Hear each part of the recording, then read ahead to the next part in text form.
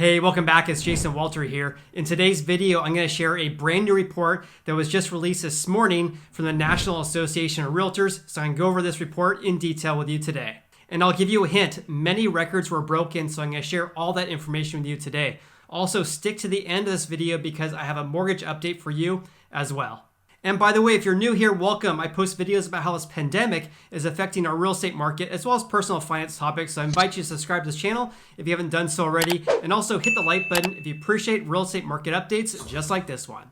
Also, a quick reminder, if you want 3 free stocks, then click on the link below because WeBull is giving away 3 free stocks when you deposit $100 on the platform. I'll leave a link in the description below for you.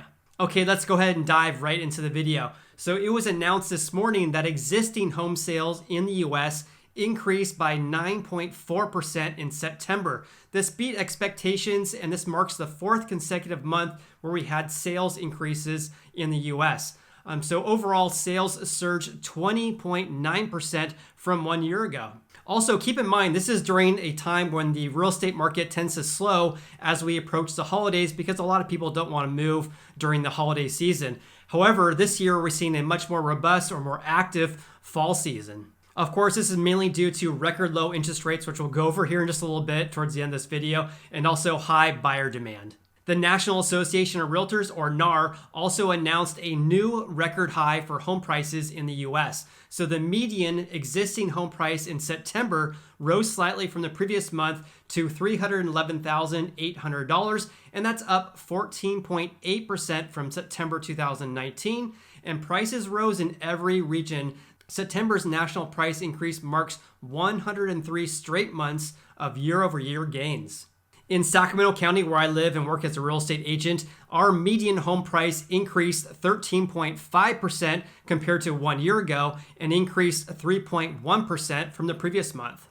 However, the lack of housing inventory continues to be an issue in the US. So inventory actually decreased 1.3% from August and is now down 19.2% from 1 year ago. With fewer options for home buyers and high buyer demand, this is creating stiff competition for those houses that are listed for sale right now. This is also a huge problem in Sacramento County as well, because housing inventory here has plunged 48.8% from 1 year ago.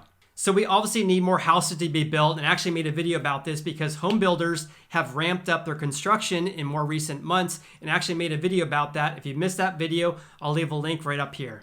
Also, according to NAR, sales in vacation destination counties have seen a huge uptick since July, with a 34% year-over-year gain in September. I mentioned this in my video from a few days ago because we're seeing this in California, for example. So areas like Monterey County, Marin, and Santa Barbara have seen a huge uptick in sales as well as home prices. I also found a really interesting article that stated that home prices in the Hamptons have been breaking records as thousands are fleeing New York City in search of larger houses amid this pandemic. And the average sales price there soared 46% this quarter. The National Association of Realtors also reported that homes are selling at record pace right now. So the average days on the market for September was only 21 days, and that's an all-time low. This is also down from 32 days in September 2019. In addition, first-time home buyers accounted for 31% of all sales, and that was on par with the previous month. As a realtor in Sacramento, I'm seeing a lot of people, especially from San Francisco, who are first-time home buyers who are moving to the greater Sacramento area and have the ability to work from home. So they have like a 1-bedroom apartment in San Francisco and now are able to buy a big house in Sacramento with a large backyard. And by the way, if you're interested in moving to the greater Sacramento area, I made a ton of videos about that. I'll leave a link up here for you. So going back to this report from NAR, investor and second home purchases in the US accounted for 12% of all sales in September, and that's down slightly from 14% in August. However, when you look at this number in June 2020, it was only 9%. So we've increased to 12% right now. And I'm guessing that this uptick is probably due to second home purchases from the wealthy and upper class as people are fleeing the city during this pandemic. Foreclosures and short sales are obviously at very low levels right now because a lot of people have equity in their houses as home prices have been increasing. We also have a foreclosure moratorium in place right now. And according to the National Association of Realtors, foreclosures and short sales only represented 1% of all sales, and that was on par with the previous month. Okay, let's discuss what we're seeing on a regional level because this is very interesting. So NAR actually reported that for the last 4 straight months, home sales have grown in every region compared to the previous month. Median home prices increased at double-digit rates in each of the 4 major regions from 1 year ago. The Northeast region had the highest rate of increase for home sales and home prices than any other major region in the United States. So compared to 1 year ago, existing home sales increased 22.9% and the median price increased 17.8%.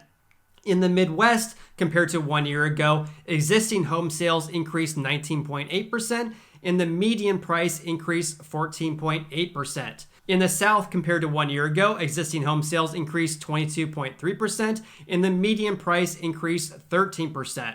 In the West, we saw existing home sales increase 18.1% and the median price increased 17.1%. Okay, changing gears slightly, let's talk about some mortgage news. And it was announced today that, you guessed it, another record low. So according to Freddie Mac, the average 30-year fixed rate mortgage dropped to 2.8%. How crazy is that? This is the lowest in their survey's history, which dates back to 1971. 2.8% for a 30-year fixed rate mortgage. I never thought we'd see rates like that. Freddie Mac's chief economist stated the following, and he said, mortgage rates today are on average more than a full percentage point lower than rates over the last 5 years. This means that most low and moderate income borrowers who purchased during the last few years stand to benefit by exploring refinancing to lower their monthly payment. In other economic news, the weekly jobless claims in the US dropped to nearly their lowest level since this pandemic started. And as you can see on this graphic, this is well below the peak of unemployment filings that we saw in late March, where almost 7 million filed for unemployment in 1 week. However, it's important to note that levels of continuing claims remain substantially higher than pre-pandemic levels, so that's something to follow. In addition, it'll be really interesting to see if they pass another stimulus package, and talks are currently underway. I hope you enjoyed watching this video. If you did, please hit the like button. I greatly appreciate that. And also subscribe to this channel too if you haven't done so already, and I'll keep you updated with new developments. Also, click on the link below because for a limited time, WeBull is giving away 3 free stocks when you deposit at least $100 on the platform within 30 days of signing up. You also can follow me on Instagram. I'm Sacramento Realtor.